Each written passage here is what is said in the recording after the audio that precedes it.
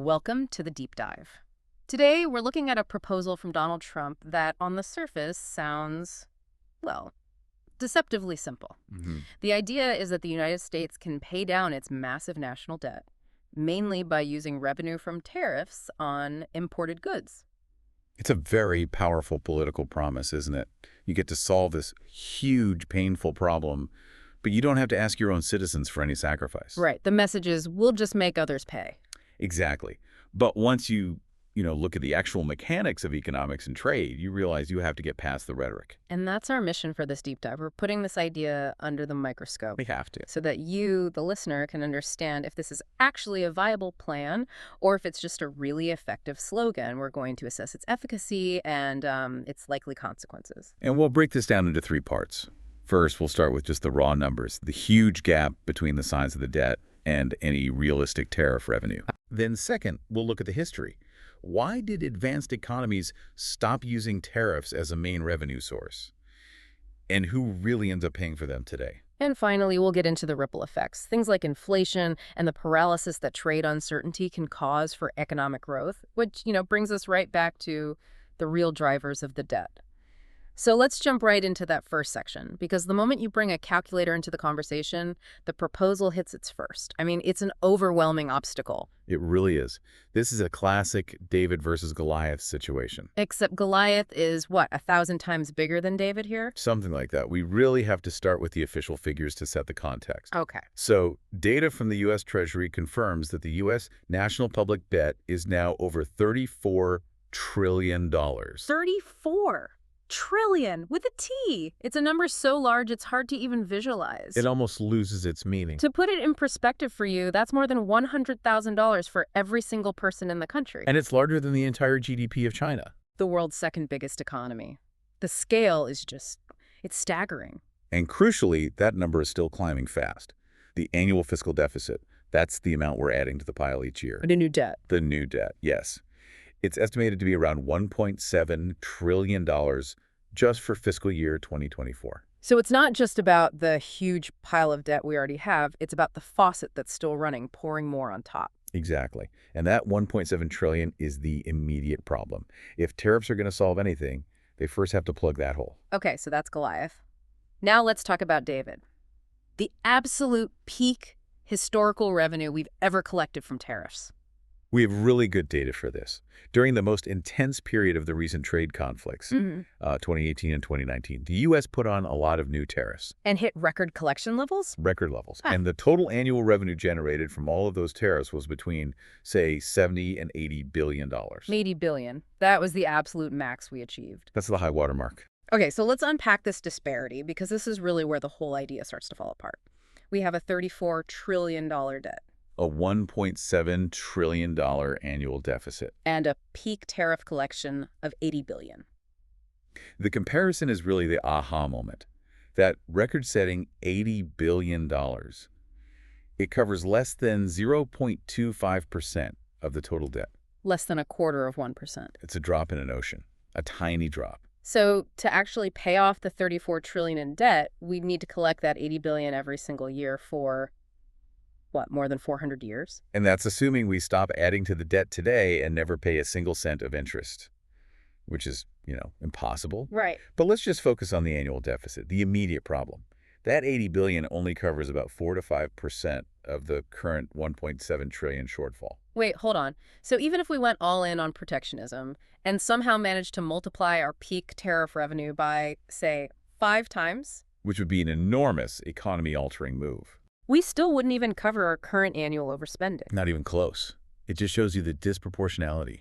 The scale of the tool is completely wrong for the size of the problem. And that's the next logical question, isn't it? If 80 billion isn't enough, why not just raise the tariff rates through the roof? Put a 50% tariff on everything. Right. And that brings us to the history of tariffs and the inevitable blowback. And the thing to realize here is that in economics, we're not reinventing the wheel. We have centuries of evidence on this, specifically from the U.S. experience. I know that tariffs used to be the lifeblood of the U.S. Treasury back in the 18th and 19th centuries, but we abandoned that system. Why? Why did modern economies move on? for some very clear structural reasons, mostly stability and efficiency. Okay. Tariff revenue is inherently unstable. It's totally dependent on how much stuff we're importing on trade volume. So if there's a recession or a trade war stops imports The revenue stream just dries up instantly. compared to the alternatives we use now? Exactly. Like the income tax or payroll taxes. Those give you a much more stable and predictable base because they cover the whole economy, not just imports.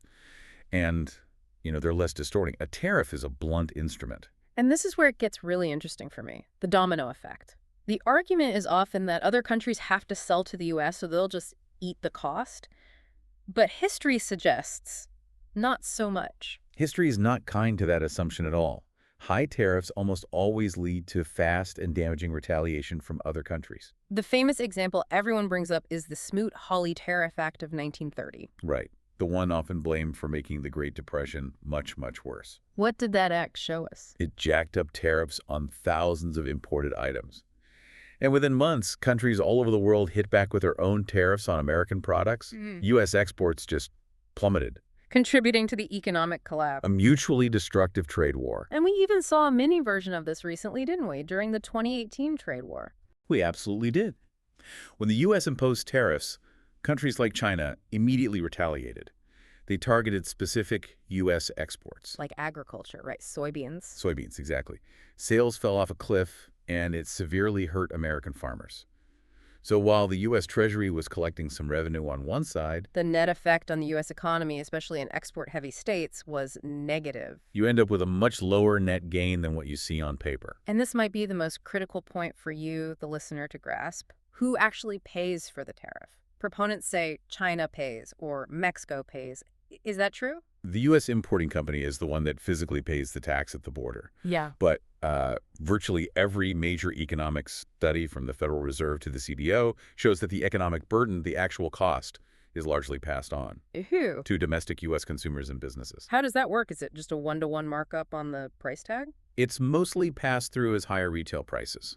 So if we put a tariff on imported steel, the foreign supplier doesn't usually just lower their price to absorb the cost. And they hold their price steady? Right.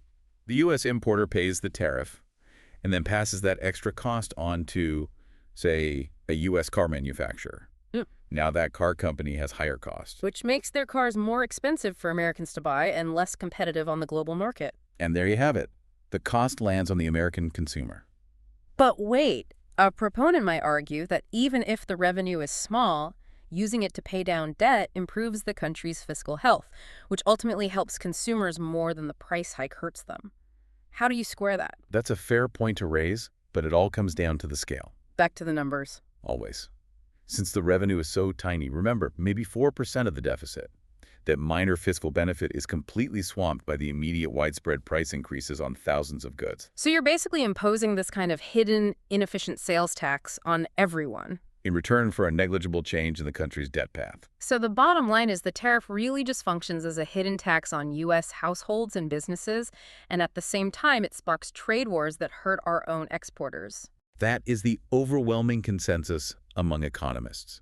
It's a very complicated and damaging way to collect a pretty small amount of domestic tax dollars. Let's shift to the real-world effects then, beyond just the revenue. Because when a policy is sold as protecting American jobs, the economic friction it creates often gets ignored. And if you impose a big generalized tariff increase, you are basically injecting a new cost into the entire U.S. economy. And that has immediate, predictable results. Which means making inflation worse, which is already a huge concern for American families. Correct. Tariffs act as cost-push inflation. Every part of the supply chain that uses imported goods, from raw materials to tiny electronic components, gets more expensive. And that hits everything. Electronics, clothes, cars, building materials. Even food in some cases. You're deliberately raising the cost of goods, which directly reduces the purchasing power of every American's paycheck. And beyond prices, there's this paralyzing effect of trade uncertainty. What does the constant threat of a trade war do to long-term investment? Uncertainty is just kryptonite for business investment. It really is. How so? Well, imagine I run a manufacturing company here in the U.S. My supply chain depends on parts from several different countries. Okay. If I know that at any moment my costs could jump by 25% because of a new tariff, I'm going to hesitate. I'm going to delay building that new factory or hiring those new workers. So the economic loss isn't just the price increase you can see, it's the growth that never happens because businesses are too afraid to commit capital. That's exactly it. This chilling effect slows down the economy's long-term growth. Hmm. And ironically, sustained economic growth is one of the only powerful tools we have to shrink the national debt relative to the economy. So by trying to fix the debt with tariffs, you might actually be undermining the best solution. You make the problem worse. This brings us right back to the core issue. The $34 trillion debt is a structural problem, built up over decades. It's the result of consistent bipartisan choices about spending and taxes. It absolutely is. The debt is driven by huge, very popular programs like Social Security and Medicare, plus defense spending. And our tax system just doesn't bring in enough to cover it all. So using tariffs to fix a $34 trillion structural debt, Yeah. it's like trying to bail out a sinking ship with a teaspoon. That analogy is pretty accurate. Structural problems need structural solutions. That means comprehensive fiscal reform, which is politically very painful. You have to adjust spending or taxes or, more likely, both. Yeah, and tariffs are just too small and too disruptive to be the foundation for any kind of credible strategy. They're a sideshow. So if we pull all of this together, the data, the history, the sheer numbers, the conclusion seems pretty clear. The idea of paying off the U.S. debt with tariff revenue is, well, it's economically unviable. And it introduces really significant risks to our own economy. The core issue is just the disproportionality. It is. The scale of the $34 trillion debt, the $1.7 trillion we add each year, it's just in a different universe from any realistic tariff income. You cannot tax imports your way out of this hole. And the attempt is costly. You risk higher inflation that hurts consumers, you invite damaging trade wars, and you paralyze the investment you need for growth. It's a tool that the world's most advanced economies mostly gave up on almost a century ago because they found better, less damaging ways to raise money. But the proposal works perfectly as a political slogan. Oh, it's a great slogan. It's simple, it taps into national frustration, and it blames someone else. But when you actually check the math, it doesn't hold up. It falls apart. Which brings us to the real, much harder questions. Instead of looking for a magical solution, what debates should you, the listener, be focusing on? Well, the political challenge is the big one. How can our government find a genuine, nonpartisan way to agree on the painful fiscal reforms that are needed? That's the messy, difficult, but necessary work. And then there's the growth challenge. The only way to really shrink the debt burden without a lot of pain is to grow the economy faster than the interest we're paying on that debt. And the question is, can the U.S. engine grow that fast? Especially if we implement policies like high tariffs that actively work against that growth. That's the core tension. It is. Complex problems require complex and often difficult choices. So we encourage you to use the tools from this deep dive. The next time you hear a simple solution to a massive problem, ask yourself, Do the numbers actually add up? what does history tell us about the unintended side effects? And maybe most important of all, who really ends up paying the bill? That's the key. A fantastic analysis. Thanks for joining us on this deep dive into tariffs and trillion-dollar debt. We'll see you next time.